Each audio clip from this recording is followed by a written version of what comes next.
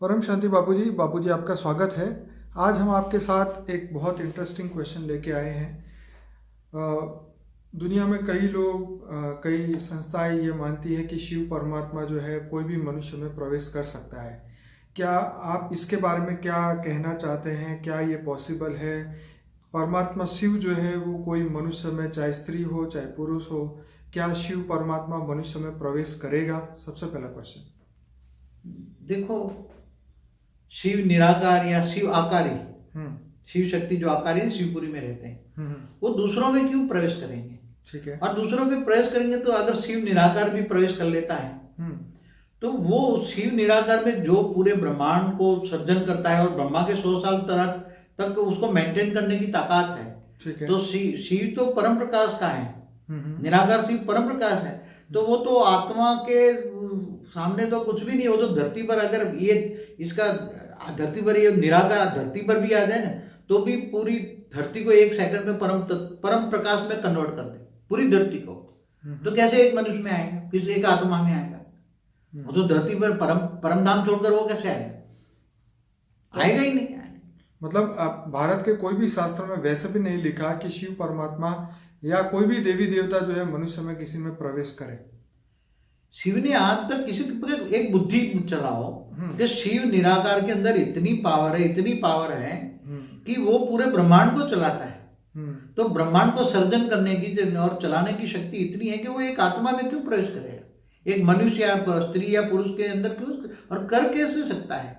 वो तो धरती पे वो निराकार परम धाम छोड़कर अगर जहां जहां भी जाएगा तो वो सारी दुनिया, उसकी ग्रेविटी की पावर इतनी है कि वो सारा सब कुछ उसमें समा जाएगा, ये खत्म हो जाएगा बाबूजी। सब कुछ उसमें समा जाएगा। अगर ये बात सच है, अगर इस धरती को बचाने के लिए भी उन्होंने अगर अपने रूप भेजे, शिव के इतने 28 अवतार हुए, विष्णु के 24 अवतार हुए जो आप कहते हैं, तो वो धरती पे मनुष्य को बचाने के लिए उन्होंने अपने रूप भेजे। अवतार होता है तो वो एक सेल होता है, उसका पावर होता है। और हाँ, फिर भी कहने का मतलब ये है कि वो स्वयं अपने रूप को भेज के ये काम करवाता है धरती पे।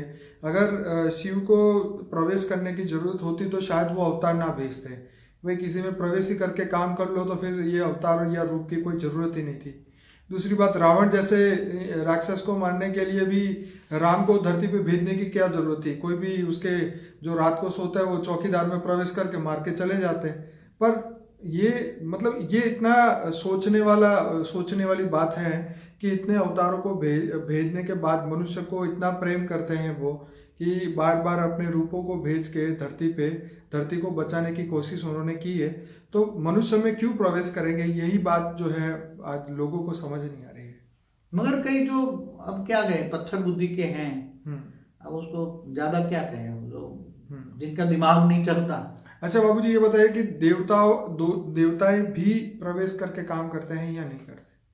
मनुष्य देवता भी वो एंजल के रूप में आते थे धरती पर, तो किसी में प्रवेश नहीं करते हैं। आज तक मैंने तो कई शास्त्र सारे पूरे पढ़े, कई आते थे। प्रेरणा देने की बात तो सही है कि वो तो रेत मार के भी है। ऐसे तो गीता ज्ञान भी रेत मार के ऑलमाइटी ने सुनाया है। हाँ। और रेत मार के बुलवाया कृष्ण के द्वारा। कृष्ण साकारी रूप है ना, ऑलमाइटी का साकारी रूप है। कोई कहता है कि उसके अंदर काल, भगवान कृष्ण में काल ने प्रवेश करके गीता सुना है। क्या ये बात सही है? कई जो नासमझ लोग हैं जिनके अंदर अज्ञान रूपी अंधेरा छाया हुआ है, वो कई लोग कहते हैं काल पुरुष में, कृष्ण में काल पुरुष ने प्रवेश किया। अरे वो कृष्ण अवतार ऑलमाइटी होता। ऑलमाइटी कितना बड़ा होता है? अनंत कोटि ब्रह्मांड भी कुछ नहीं, गैलेक्सी का मालिक भी नहीं, यूनिवर्स का भी मालिक नहीं, मल्टीवर्स नहीं, ऐसे बेहिसाब सृष्टि का मालिक है वो। और वो ऑलमाइटी ऑथोरिटी हमारे ब्रह्मांड में आकर गुप्त वेश में पूरा मल्टीवर्स बदलने का कार्य कर रहा है।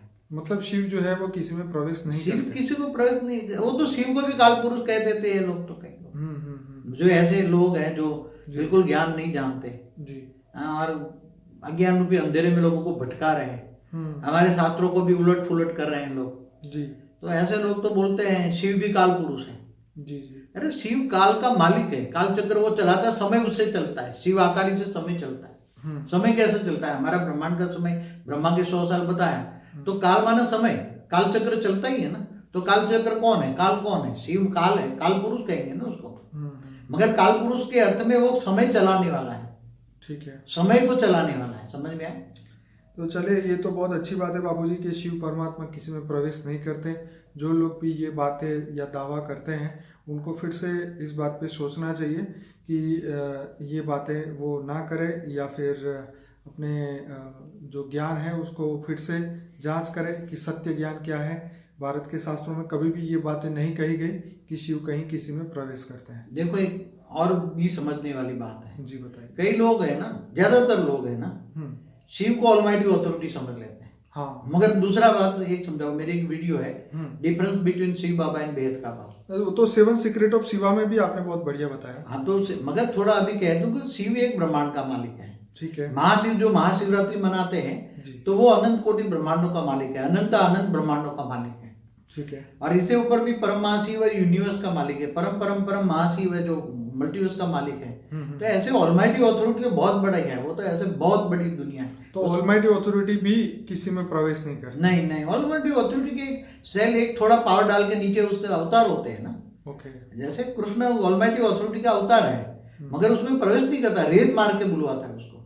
ठीक है। वो ऊपर से रेज मार के बुलवाता है। रेज माने प्रेरणा देकर बुलवाता है। जी जी। जैसे पहले नहीं वो सिनेमा चलती थी, ऐसे रेत से वो पर्दे पर रेत पड़ती तो चलती है ना, बिल्कुल। ऐसी तरह वो बताते हैं। जैसे सिनेमा में वो क्या बोलता है, उससे चलती है ना, तो पिक्चर दिखाते हैं तो क्या चलती है, थिएटर में क्या चलती है, रेत से पिक्चर चलती है ना। बिल्कुल।